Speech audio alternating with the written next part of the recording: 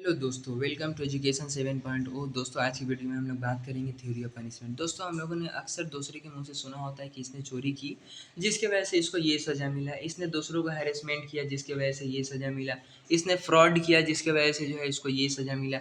लेकिन दोस्तों, क्या हम लोगों ने कभी ये जानने की कोशिश की है कि ये जो पनिशमेंट दिया जाता है ये किन किन चीज़ों की बेसिस पर दिया जाता है, ये क्यों दिया जाता है? ये जो एंशिएंट टाइम से जो ये जो पनिशमेंट दिया जा रहा है क्या सेम ही है या इसमें जो है कुछ भी जो है चेंजेस आया है? तो चलिए दोस्तों मालूम करते हैं, ठीक है। The theory of punishment is a fundamental concept in criminal justice. जो थ्योरी ऑफ पनिशमेंट है वो एक फंडामेंटल कॉन्सेप्ट है, किसमें है? तो क्रिमिनल जस्टिस में। Addressing the reason and principle behind imposing penalties on individual who commits crime. जो भी इंडिविजुअल कमिट्स करते हैं क्राइम को, ठीक है, उन पे जो भी पेनल्टीज दिए जाते हैं उनके रीज़न और पेनल्टीज को जो है इसमें बताया जाता है। It aims to uphold social order. और ये जो पनिशमेंट दिया जाता है ये किस लिए दिया जाता है? ताकि सोशल ऑर्डर को जो है हम लोग मान करके चले, उसको जो है हम लोग ले करके चले। डिटर क्रिमिनल बिहेवियर, अगर कोई क्रिमिनल बिहेवियर रखता है तो हम लोग उसको रोक सकें। And provide justice for victims. And जिसके भी साथ जो है गलत हुआ है ताकि हम लोग उसको जस्टिस दिला सकें। Several theories of punishment offer varying perspective on its purpose and justification. और जो थ्योरी ऑफ पनिशमेंट जो है इसके ऊपर बहुत से जो है अलग अलग टाइम में भी जो है देखा जाता है। अलग बहुत तरह के जो इसमें जो है पनिशमेंट आते हैं, लेकिन ये जो है तमाम जो है अपने अपने पर्पस एंड जस्टिफिकेशन के हिसाब से जो है दिया जाता है, पर्सपेक्टिव के हिसाब से। तो दोस्तों, सबसे पहला हम लोगों का रेट्रीब्यूटिव थ्योरी, ठीक है। इस थ्योरी में बताया जाता है, this theory is based on the principle of just deserts. इसमें यही बताया है कि जो जैसा करता है उसको वैसा ही मिलता है।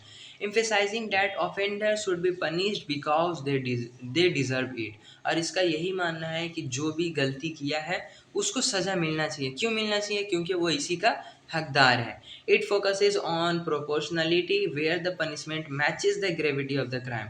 और ये जो पनिशमेंट दिया जाता है ये किस चीज़ के बिना पे दिया जाता है? तो दोस्तों, हम लोग जो है मतलब कि कदीम ज़माने में, पहले के ज़माने में बहुत बार सुनते थे कि अगर कोई किसी को मार दिया तो उसको भी मार दिया जाएगा, अगर कोई किसी का हाथ काट दिया तो उसका भी हाथ काट दिया जाएगा, ठीक है। तो ये जो है उसी को जो है रिफ्लेक्ट करता है, reflecting societies moral condemnation of the wrong doing. और ये क्या किस चीज़ को दिखाता है कि सोसाइटी के अंदर कोई गलत करता है तो उसके भी साथ जो है गलत ही किया जाएगा। उसके बाद आता है दोस्तों deterrent theory. The primary goal of this theory is to discourage crime by installing fear of punishment. जो डिटरेंट थ्योरी है इसका मकसद सिर्फ यही है ताकि जो अगर कोई गलती कर रहा है तो उसको ऐसा खतरनाक सज़ा देना है ताकि सेम जो मिस्टेक है या सेम जो गलती है, क्राइम है, वो दूसरे लोग ना करें। तो ये किस तरह से किया जाता है? ताकि उनको जो है मतलब कि एक ऐसा मतलब कि उनको सज़ा दिया जाए कि लोगों के दिल में जो है डर पैदा हो जाए कि सेम मिस्टेक जो है अब उन लोग ना करें, ठीक है। It operates on two levels. ये जो है ये दो लेवल पर ऑपरेट किया जाता है। पहला क्या है? जनरल डिटेरेंस, ठीक है, which prevent society at large from committing crimes. पहला क्या है इसमें? General deterrence. इससे क्या होता है कि एक अगर कोई इंसान कोई गलती करता है तो उसको ऐसा सज़ा देना है कि उसको देख करके जो बाकी लोग हैं उसके दिल में जो है खौफ पैदा हो, डर पैदा हो, ताकि सेम मिस्टेक जो है सोसाइटी के अंदर के लोग जो और भी लोग हैं उनसे ना हो। एंड दूसरा क्या है? And specific deterrence which dissuades the offender from repeating the act. और दूसरा क्या है कि जिस इंसान से भी ये गलती हुआ है, क्राइम हुआ है, वही इंसान दोबारा सेम क्राइम ना करे, इसीलिए जो है डिटरेंट थ्योरी जो है दिया गया था। इसके बाद क्या आता है दोस्तों? Preventive theory. प्रिवेंटिव थ्योरी में दोस्तों बताया गया है, this theory aims to protect society by preventing offenders from committing further crime. Measures such as imprisonment and incapacitation are used to neutralize the criminal ability to harm other। इसमें क्या होता है दोस्तों कि अगर कोई इंसान है एक बार क्राइम किया, चलिए मतलब कि उसको मान लिया जाता है, उसको सज़ा मिल गया, ठीक हो गया, वो जो है दोबारा से सोसाइटी में आ जाता है ताकि सोसाइटी में जो वो दोबारा से रह सके। लेकिन अगर वही इंसान बार बार उस क्राइम को कर रहा है, मतलब कि वो बाज नहीं आ रहा है, तो इस टाइम में जो है प्रिवेंटिव थ्योरी को अपनाया जाता है। इसमें क्या किया जाता है कि या तो उसको लाइफ टाइम इम्प्रिजनमेंट कर दिया जाएगा या तो उसको मतलब कि इनकैपेसिटेशन कर दिया जाएगा, ताकि वो जो है यही क्राइम बार बार ना रिपीट हो, और जो सोसाइटी है उसमें भी जो है यही पैगाम जाए कि जो एक ही क्राइम जो है मतलब कि अगर बार बार कोई करता है तो उसको जो है किस तरह का जो है सज़ा दिया जाता है। उसके बाद दोस्तों आता है रिफॉर्मेटिव थ्योरी। ठीक है, रिफॉर्मेटिव थ्योरी में हम लोग क्या देखते हैं, this focuses on rehabilitation offender by addressing the root cause of their behaviour.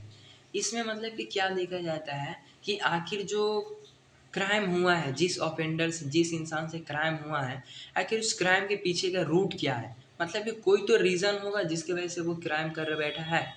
ठीक है, तो इसका रूट अगर होगा कि अगर उसके पास एजुकेशन का कमी है, पॉवर्टी है, कोई गरीबी की वजह से चोरी कर रहा है, या कोई और जो है एडिक्शन में है, इन तमाम रूट अगर होगा तो उसके बारे में जो है पता करके जो भी उसका रूट होगा उसको पहले जो है पता किया जाता है, उसके बाद जो उसके हिसाब से उसको सज़ा दिया जाता है। The aim is to reintegrate them into society as law-abiding citizen through counseling, education and skill development। अगर उनके अंदर लैक ऑफ एजुकेशन है, पॉवर्टी है, या एडिक्शन की वजह से अगर वो लोग क्राइम करते हैं, तो इनमें हम इन सब चीज़ों में हम लोग क्या फोकस करते हैं, हम लोगों का मेन फोकस ये है कि इनका जो है ये है बिहेवियर है, लैक ऑफ एजुकेशन है, पॉवर्टी है या एडिक्शन है, इसको जो है ख़त्म किया जा सके। कैसे ख़त्म किया जा सके, अगर उनके पास लैक ऑफ एजुकेशन है तो उनको एजुकेशन दिया जा सके, अगर वो किसी चीज़ के एडिक्शन है तो उनके एडिक्शन को जो है ख़त्म किया जा सके, अगर वो पॉवर्टी है तो उनको क्या किया जा सके, कोई हम लोग उसको उनको स्किल दे ताकि वो जो है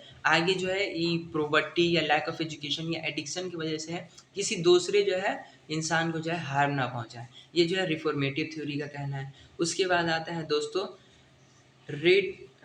रिस्ट्रिक्टिव थ्योरी। ठीक है, इनमें क्या बोलना है, अनलाइक ट्रेडिशनल अप्रोचेस। ये क्या करता है, ट्रेडिशनल अप्रोचेस को अनलाइक करता है। ठीक है, restorative theory justice restorative justice seeks to repair the harm caused by the crime. इसमें क्या किया जाता है कि जो भी क्राइम के ज़रिए जो भी हार्म हुआ है उसको रिपेयर किया जाता है। It encourage dialogue between offender, victim and the community to promote healing and reconciliation.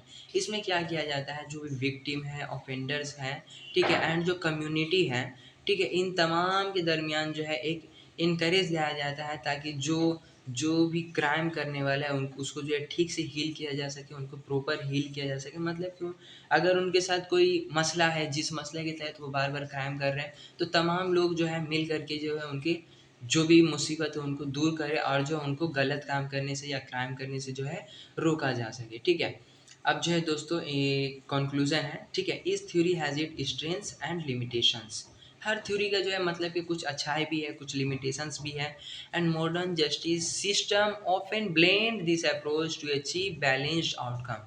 और जो मॉडर्न जस्टिस थ्योरी है वो क्या करता है, अलग अलग जो है मतलब कि थ्योरी को देखता है ताकि मतलब कि किन थ्योरी को लेकर के जो है हम लोग सोसाइटी को जो है बैलेंस्ड कर पाएँ।